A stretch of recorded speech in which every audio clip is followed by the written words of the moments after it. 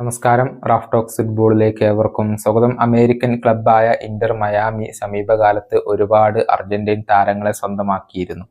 അതിൽ ഏറ്റവും പ്രധാനപ്പെട്ട താരം മറ്റാരുമല്ല, അർജന്റീനയുടെ ക്യാപ്റ്റനായ ലയണൽ മെസ്സി തന്നെയാണ്. കൂടാതെ മറ്റു പല അർജന്റീൻ യുവ പ്രതിഭകളെയും അവർ സ്വന്തമാക്കിയിരുന്നു. ഏറ്റവും ഒടുവിൽ മയാമിയിലേക്ക് എത്തി എന്ന് ഉറപ്പിച്ചത് ഫെഡറിക്കോ റിഡോണ്ടയായിരുന്നു.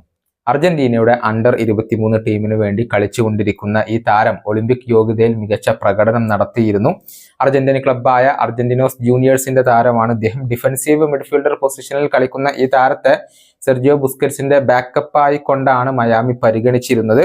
താരത്തിന്റെ കാര്യത്തിൽ ഇന്റർ മയാമിയും അർജന്റീനോസ് ജൂനിയേഴ്സും തമ്മിൽ അഗ്രിമെന്റിൽ എത്തി എന്നുള്ളത് എല്ലാ മാധ്യമങ്ങളും സ്ഥിരീകരിച്ചിരുന്നു.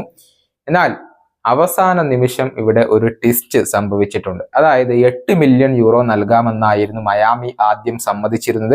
പക്ഷേ MLS സാമ്പത്തിക നിയന്ത്രണങ്ങളെ തുടർന്ന് 8 മില്യൺ യൂറോ നൽകാൻ ഇവർക്ക് കഴിയില്ല. പകരം 5 മില്യൺ യൂറോ നൽകാമെന്നാണ് മയാമി ഇന്നലെ ഈ ഒരു അർജന്റീൻ ക്ലബിനെ അറിയിച്ചിട്ടുള്ളത്. ഇതോടുകൂടി ഈ ഡീല് കൊളാപ്സ് ആയിട്ടുണ്ട്. അർജന്റീൻ പത്രപ്രവർത്തകനായ ഗാസ്റ്റൻ എഡൂൾ ഇക്കാര്യം സ്ഥിരീകരിച്ചിട്ടുണ്ട്. പക്ഷെ ക്ലബ്ബുകൾ പൂർണ്ണമായും പിന്മാറിയിട്ടില്ല.